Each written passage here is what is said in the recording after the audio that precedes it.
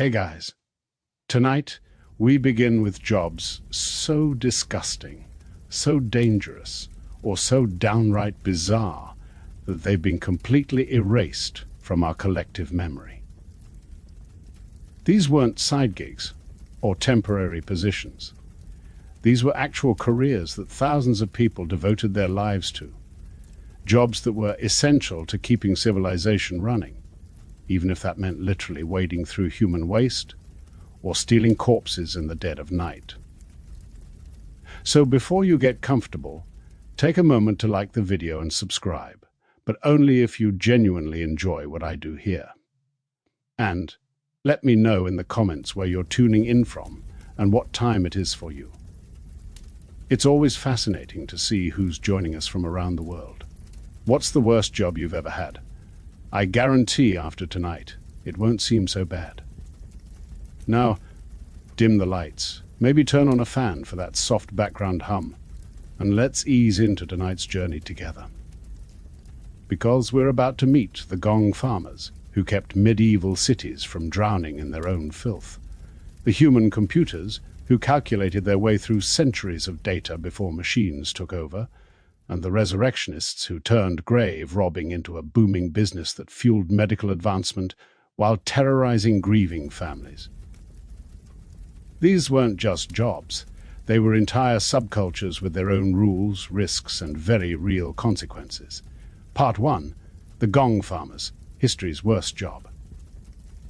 In medieval and Tudor England, there existed a profession so vile, so dangerous, and so essential that those who practiced it were simultaneously vital to urban survival and social outcasts of the highest order.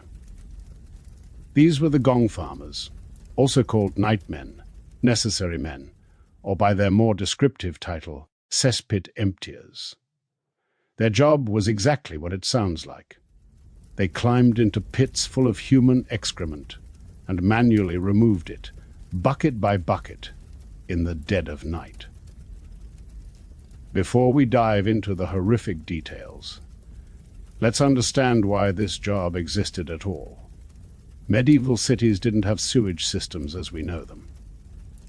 Instead, houses had privies, essentially holes in the ground or stone-lined pits where human waste accumulated. In London, these pits could be enormous, sometimes extending under multiple houses, creating vast underground caverns of accumulated filth that would build up over months or years. But there was nothing polite about what Gong farmers faced when they descended into these pits. The accumulation wasn't just human waste.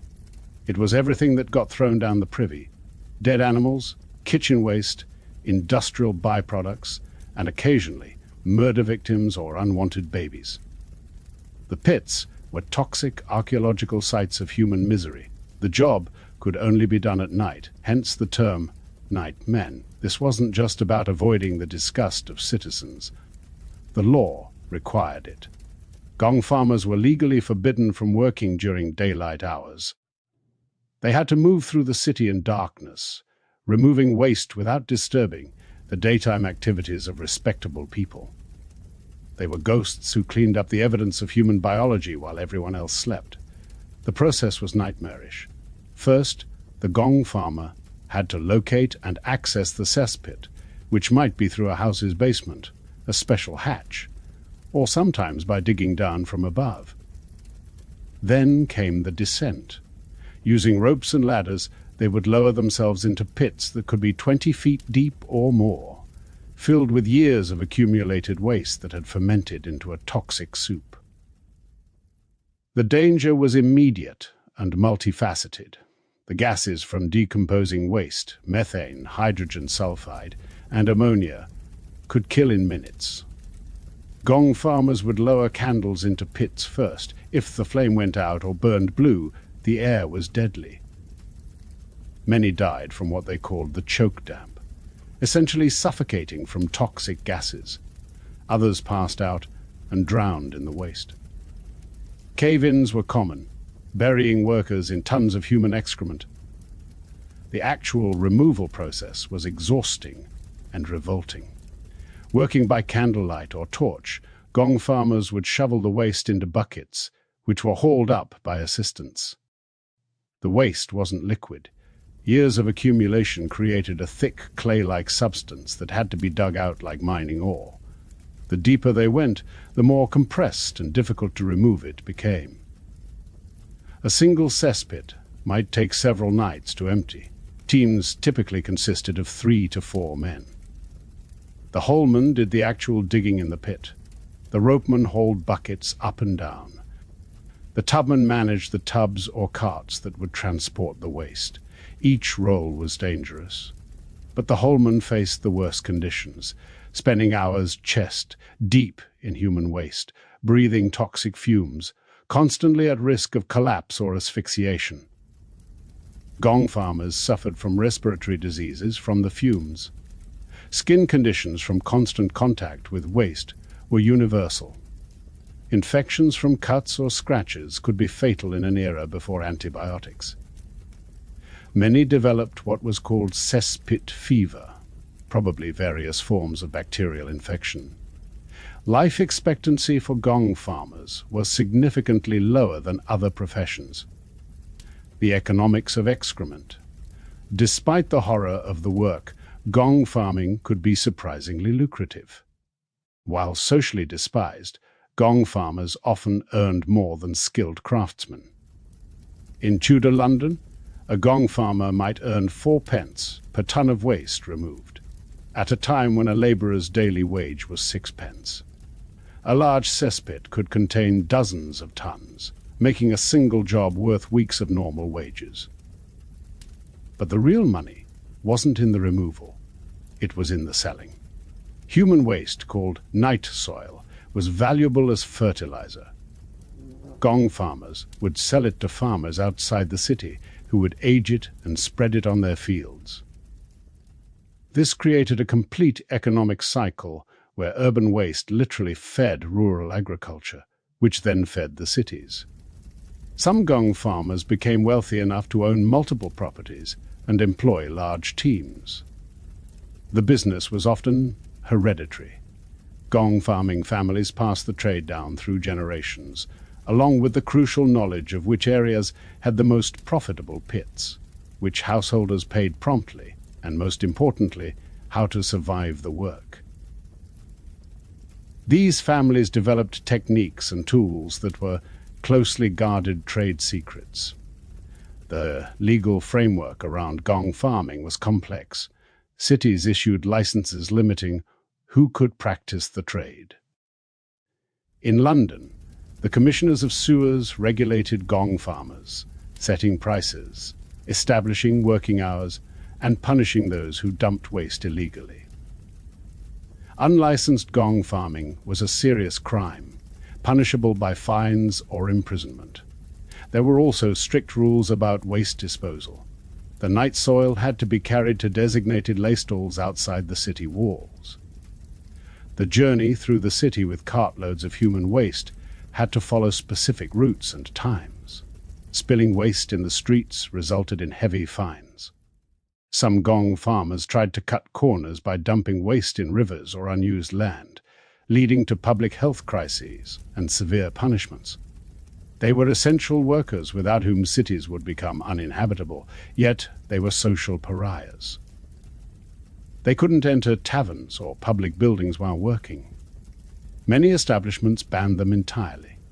They often lived in separate communities on the outskirts of towns, creating their own parallel society. Marriage prospects were limited to other gong farming families or the desperately poor.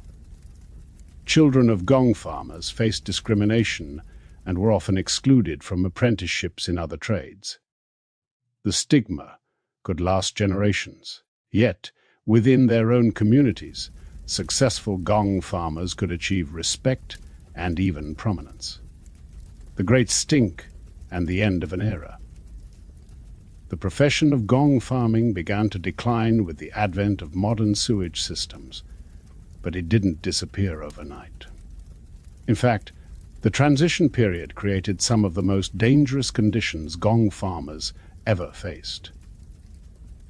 The introduction of flush toilets in the early 19th century initially made things worse. These new toilets used much more water than previous methods, overwhelming old cesspits that were designed for more concentrated waste. Pits filled faster and became more liquid, increasing the risk of collapse and drowning. The mixture of water and waste created even more toxic gases. During London's Great Stink of 1858, when the Thames became so polluted that Parliament had to be evacuated, Gong Farmers were still operating in many parts of the city. They were simultaneously blamed for contributing to the problem through illegal dumping and relied upon to manage the crisis. Some made fortunes during this period as desperate householders paid premium prices for emergency cesspit emptying. The construction of London's sewer system in the 1860s finally began to eliminate the need for gong farmers, but the profession persisted in smaller towns and rural areas well into the 20th century. The last official gong farmers in Britain were probably working in the 1930s, though informal cesspit emptying continued even later in remote areas. The legacy of gong farming extends beyond just waste management. These workers were pioneers in understanding the dangers of confined spaces and toxic gases. Their hard-won knowledge about gas detection, ventilation, and safety procedures influenced modern practices. The economic model of waste-to-fertilizer recycling they operated presaged modern sustainable agriculture practices. Part 2. Human computers, when calculation was a career. Long before silicon chips and circuit boards, the word computer meant something entirely different. It meant a person, usually a woman, who spent their days performing mathematical calculations by hand. These human computers were the invisible infrastructure of scientific advancement, processing the data that sent ships across oceans, predicted celestial events, and eventually put humans on the moon. The profession of human computer emerged in the 17th century with the rise of large-scale astronomical observations and navigation tables. As global trade expanded, accurate navigation became crucial for commercial and military success. Ships needed precise tables showing the positions of stars and planets at different times and locations. Creating these tables required millions of calculations, far more than any single mathematician could perform. The solution was to break complex calculations into simple steps that could be performed by workers with basic mathematical training. A single calculation might be divided among dozens of computers, each performing one small part of the process. This was mathematical assembly line work, turning computation into an industrial process. The most famous early computing project was the French carte du ciel, an attempt to map the entire sky. Started in 1887, it employed dozens of human computers, mostly women, to calculate the positions of millions of stars from photographic plates. Each star's position required multiple calculations to account for atmospheric distortion, plate defects, and measurement errors. The project took decades and employed hundreds of computers across multiple countries. The work was mind-numbing in its repetition. A computer might spend weeks calculating logarithms, trigonometric functions, or solving differential equations, all by hand or with mechanical adding machines. Each calculation had to be performed multiple times by different computers to check for errors. A single mistake could propagate through months of work, so accuracy was paramount. Computers sat at desks for 10 to 12 hours a day, writing columns of figures in precise handwriting. Eye strain was universal. Repetitive strain injuries from constant writing were common. The mental fatigue from sustained concentration was exhausting. Many computers reported experiencing numbers in their dreams, their minds continuing calculations even in sleep. Despite the tedious nature of the work, being a human computer required significant skill. Computers needed excellent arithmetic abilities, attention to detail, and the patience to perform the same operations thousands of times without losing accuracy. They developed tricks and shortcuts, memorizing common calculations and learning to spot patterns that could speed their work. The Harvard computers. Perhaps the most famous group of human computers were the Harvard computers, a team of women who worked at the Harvard College Observatory from the 1880s through the 1940s. Led by Edward Charles Pickering and later by Annie Jump Cannon, these women revolutionized astronomy while being paid a fraction of what male astronomers earned. The Harvard computers analyzed photographic plates of stars, classifying stellar spectra and calculating the brightness and position of celestial objects. This wasn't simple measurement. It required understanding of physics, chemistry, and advanced mathematics. Yet these women were classified as computers rather than astronomers, a distinction that kept their wages low and their contributions largely unrecognized. Among them was Henrietta Swan Leavitt, who discovered the period luminosity relationship for Cepheid variables, a finding that allowed astronomers to measure distances to far galaxies. Annie Jump Cannon developed the stellar classification system still used today. Williamina Fleming discovered the Horsehead Nebula and numerous stars and novae. These women weren't just calculating. They were making groundbreaking scientific discoveries. The working conditions at Harvard were better than many computing offices, but still challenging. The women worked in a separate building from the male astronomers, reinforcing their secondary status. They were forbidden from using the main telescope and had to work from photographic plates taken by others. Despite these limitations, they produced an enormous body of work that formed the foundation of modern astronomy.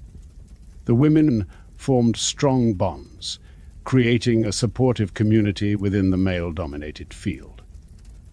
They held tea parties, celebrated achievements, and supported each other through personal and professional challenges.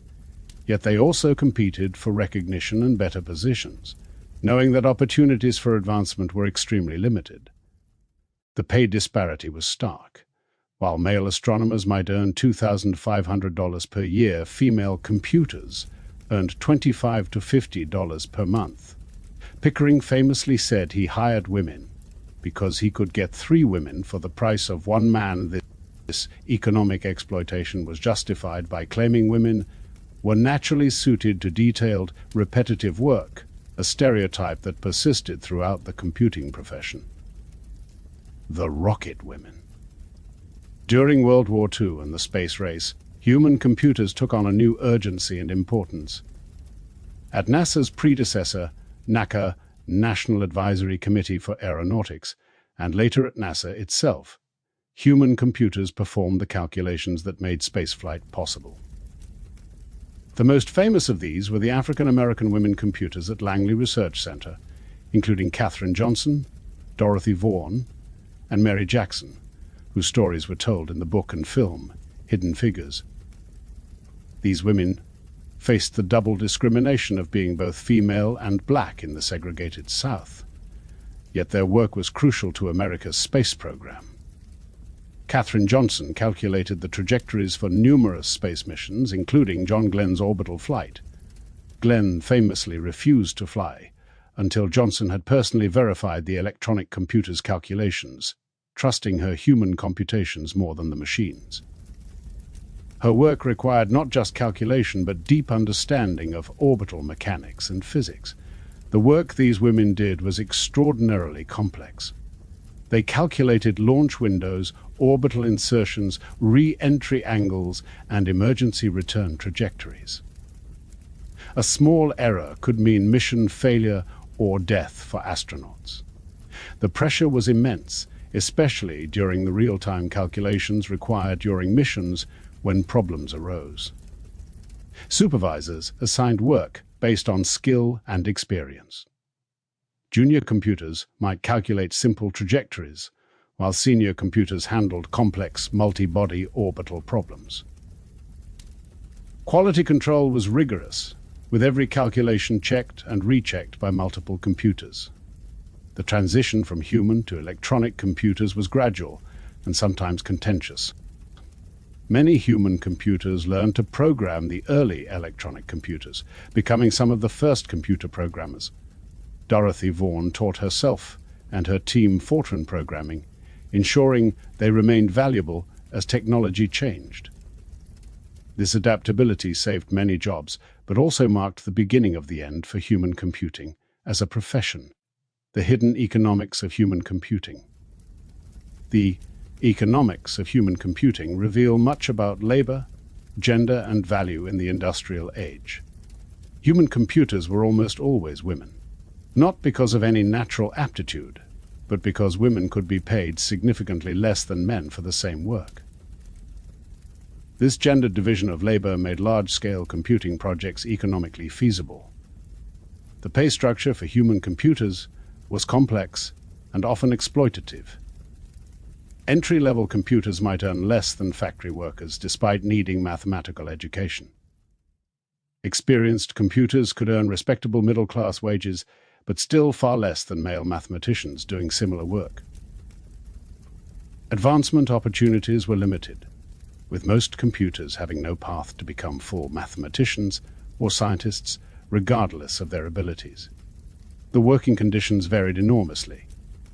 Government computing offices often provided decent conditions with regular hours and benefits.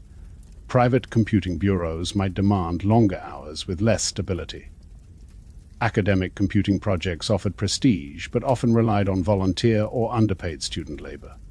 Some computers worked from home, taking in piecework calculations like seamstresses took in sewing. This allowed married women to continue working when social conventions demanded they leave public employment. These home computers were paid by the calculation, creating an incentive for speed that sometimes compromised accuracy. The Mathematical Tables Committee in Britain coordinated computing projects and established standards for accuracy and presentation. Professional associations for computers emerged, though they had less influence than unions in traditional industries. Part 3. The Resurrectionists, the body snatchers who supplied medical science. In the 18th and 19th centuries, medical schools faced a grotesque problem. They needed human corpses for anatomy lessons, but the legal supply was vastly insufficient. The solution created one of history's most macabre professions, the resurrectionists, also called body snatchers, who stole freshly buried corpses and sold them to medical schools. This wasn't isolated grave robbing. It was an organized industry that operated in the shadows of every major city with a medical school. The demand for bodies was driven by changes in medical education. As medicine became more scientific, anatomy study through dissection became essential. A medical student might need to dissect multiple bodies to understand human anatomy properly. In Edinburgh alone, one of the centers of medical education, the anatomy schools needed around 500 bodies per year. The legal supply, bodies of executed criminals, provided maybe 50. This shortage created a black market where a fresh corpse could sell for what a laborer earned in months. In the 1820s, an adult body in good condition might fetch 10 guineas, more than many workers earned in a year. Children's bodies were priced by length. Smalls under 3 feet were worth about £1 per foot, while larges over 3 feet might bring £2 per foot. The freshest bodies commanded premium prices. The resurrectionists weren't typically career criminals, but often men from the fringes of respectable society. Sextons, gravediggers, hospital porters, and even medical students themselves. They operated in gangs with specialized roles and territories. A typical gang might include scouts who attended funerals to identify targets, diggers who did the actual exhumation, drivers who transported bodies, and negotiators who dealt with the anatomy schools. The techniques they developed were remarkably sophisticated. Rather than digging up entire graves, which was time-consuming and obvious, they perfected the tunneling method. They would dig a vertical shaft at the head of the grave, break through the coffin lid, and pull the. An experienced team could remove a body in less than an hour. Timing was crucial.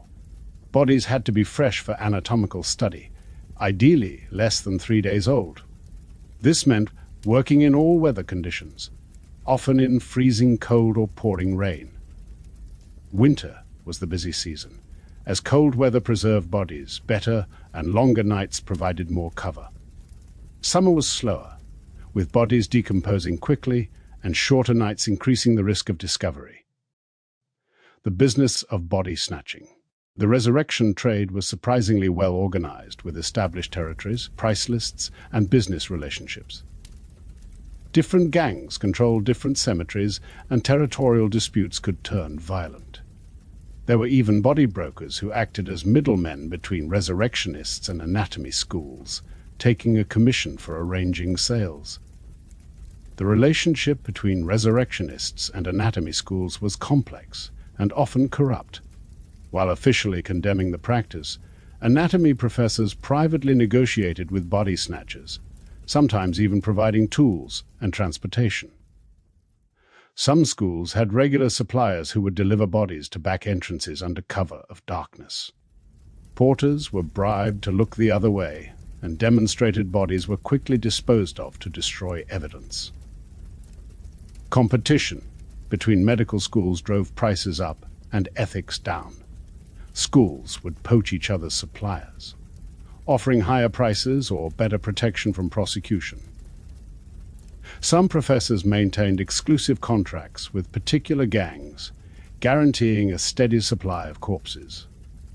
This competition eventually led to even darker practices. The most notorious case was Burke and Hare in Edinburgh, who bypassed grave robbing entirely by murdering people to sell their bodies. Over 10 months, in 1828, they killed at least 16 people, selling the corpses to Dr. Robert Knox's anatomy school. They targeted the vulnerable prostitutes, homeless people, and travelers with no local connections. Their capture and trial caused a massive scandal that accelerated legal reform. But Burke and Hare weren't unique. The London Burkers, a gang operating in the 1830s, also committed murders for the anatomical trade. The practice became common enough that the social war over bodies. The resurrection trade created a state of warfare between body snatchers and the public. Families would post guards over fresh graves, sometimes for weeks until the body was too decomposed to be valuable. These guards, often family members or hired watchmen, would maintain vigils through cold nights, armed with guns and lanterns. Cemeteries became fortified zones. Iron cages called mort safes were placed over graves, until decomposition made the bodies useless to anatomists. Mort houses were built where bodies could be stored under guard until they were no longer fresh. Some coffins were booby-trapped with spring guns that would fire when disturbed. The wealthy had their dead buried in patent coffins with complex locking mechanisms, or in vaults with multiple security features. The poor, unable to afford such protections, were the primary victims of body snatching. Pauper graves were regularly harvested, sometimes with the complicity of cemetery officials who took bribes to look the other way. This created tremendous resentment, as working-class families saw their loved ones' bodies becoming commodities for middle-class medical students to dissect. The psychological impact on families was devastating. Not knowing whether their loved one's grave had been violated created lasting trauma. Some families would secretly mark bodies, cutting hair in distinctive patterns, or leaving hidden objects in coffins, so they could identify their relatives if they appeared in anatomy schools. The violation of graves was seen not just as theft, but as spiritual desecration. Religious objections were profound. Most Christian denominations taught that bodies should remain intact for resurrection on Judgment Day. The idea of dissection was horrifying to many believers. This created a moral crisis for medical students, many of whom were themselves religious but needed to perform dissections to qualify as doctors. Public outrage, particularly after the Burke and Hare murders, forced Parliament to act. The Anatomy Act of 1832 fundamentally changed how medical schools obtained bodies, effectively ending the resurrection trade while creating new ethical problems. The Act gave anatomy schools legal access to unclaimed bodies from workhouses and hospitals. Anyone who died in a workhouse and wasn't claimed by relatives within 48 hours could be sent for dissection. This essentially made poverty a crime, punishable by post-mortem dissection, as the poor who died in institutions became the primary source of anatomical subjects. For the resurrectionists, the Act meant the end of their lucrative trade. Some found work in the expanded legitimate burial industry. Others became anatomical assistants in medical schools, using their expertise in handling bodies for legal purposes. A few continued illegal activities, stealing bodies for private collectors or shipping them to places where the trade continued. The medical establishment largely welcomed the Act, finally having a legal, reliable supply of bodies. But the ethical issues remained. The poor were still being exploited, just legally now.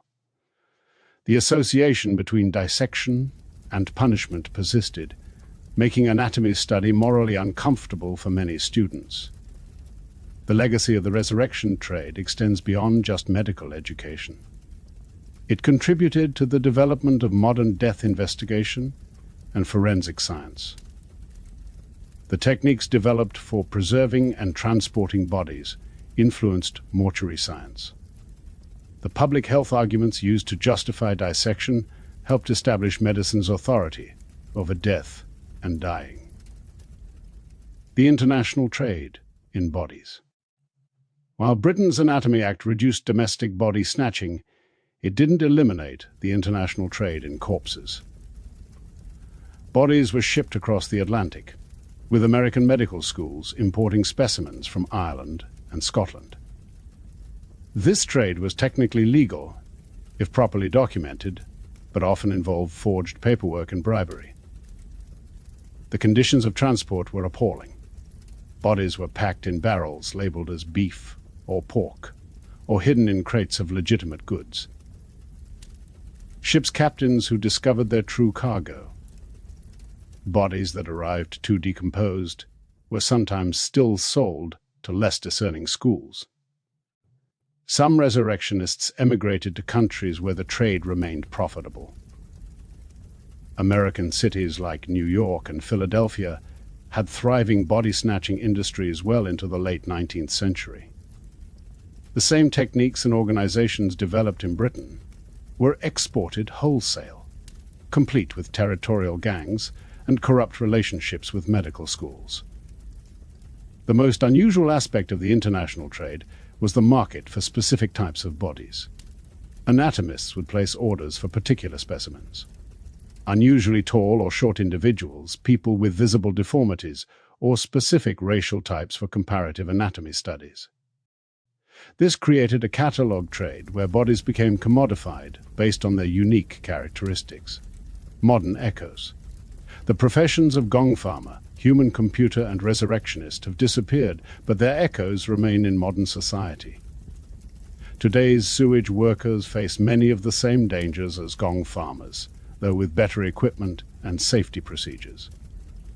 The term computer has transferred from human to machine, but the gendered labor issues that characterized human computing persist in the tech industry. The ethical questions raised by body snatching continue in debates over organ donation and the use of human tissue in research.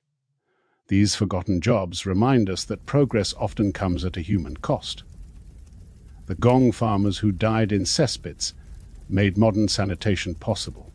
The human computers whose names were forgotten enabled scientific breakthroughs that changed the world. The resurrectionists, however morally questionable their methods, supplied the bodies that trained generations of doctors who saved countless lives. Each profession also reveals how society deals with necessary but unpleasant work.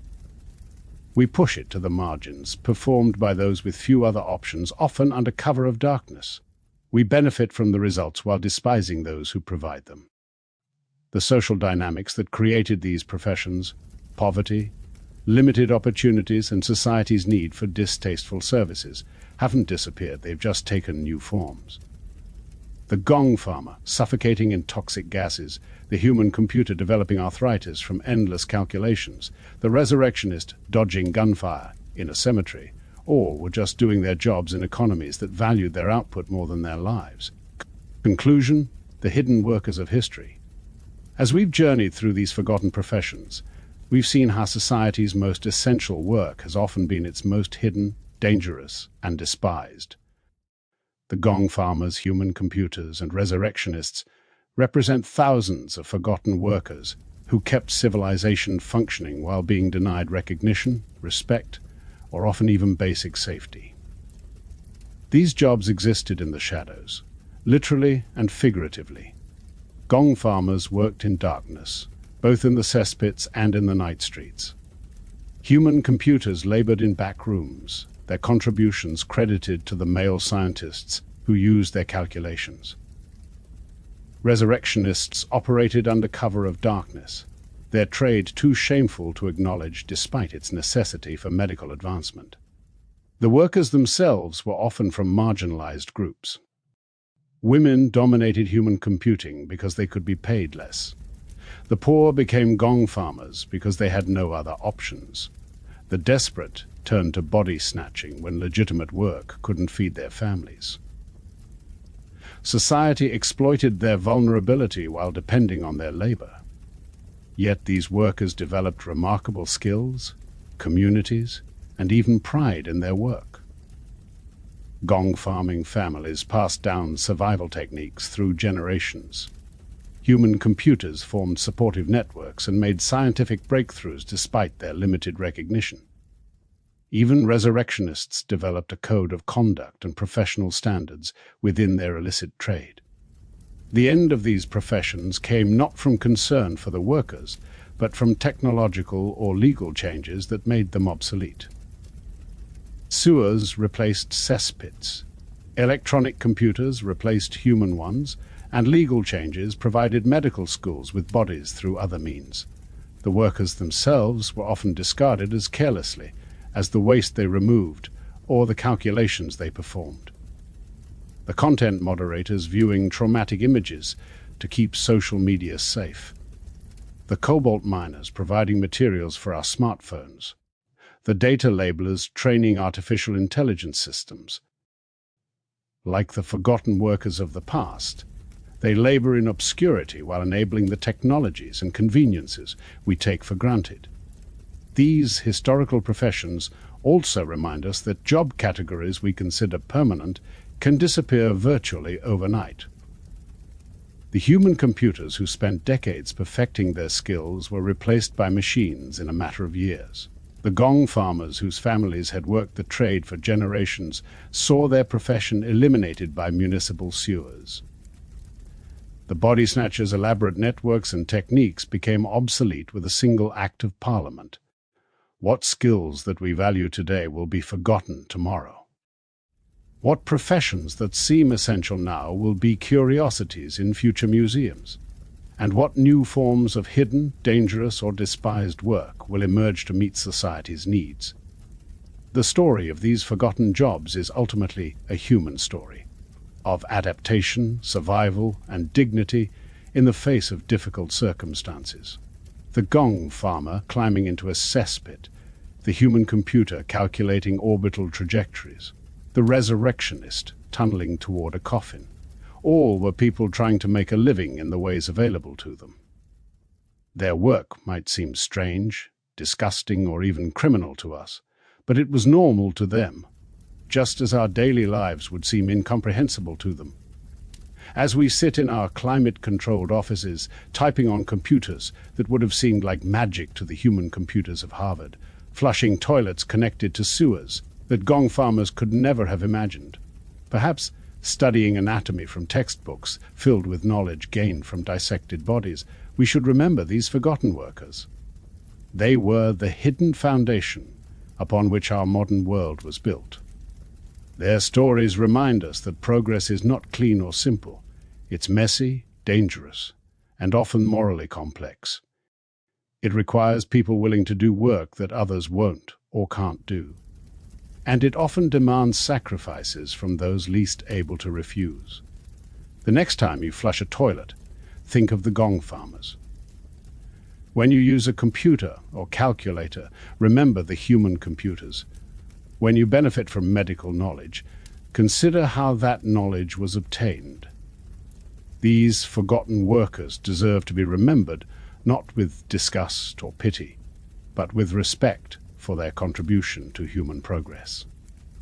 They endured conditions we can barely imagine to perform services we now take for granted. They built the foundations of modernity with their hands, their minds, and sometimes their lives. In forgetting these professions, we forget part of our own history. We lose sight of how far we've come and how that progress was achieved. We also lose perspective on our own time, failing to see the hidden workers and forgotten professions that surround us today. So tonight, as you go about your modern life with all its conveniences and complexities, spare a thought for the forgotten workers of history. The Gong farmer wading through waste, the human computer bent over endless calculations, the resurrectionist creeping through a cemetery. They were all part of the long, strange, sometimes dark journey that brought us to where we are today. And remember, someday our jobs too will be forgotten, curiosities for future generations to puzzle over. They'll wonder how we could have tolerated the conditions we accept as normal, just as we wonder about the Gong farmers and resurrectionists. The cycle continues, each generation building on the hidden labor of those who came before, creating new forms of work that will someday seem just as strange and forgotten as those we've explored tonight. The forgotten jobs of history aren't just curiosities. They're reminders of human adaptability, resilience, and the eternal struggle to survive and thrive in whatever circumstances we find ourselves. They're proof that humans will do whatever it takes to feed their families, advance knowledge, and keep society functioning, no matter how difficult, dangerous, or distasteful the work might be. And in that, perhaps, these forgotten workers aren't so different from us after all.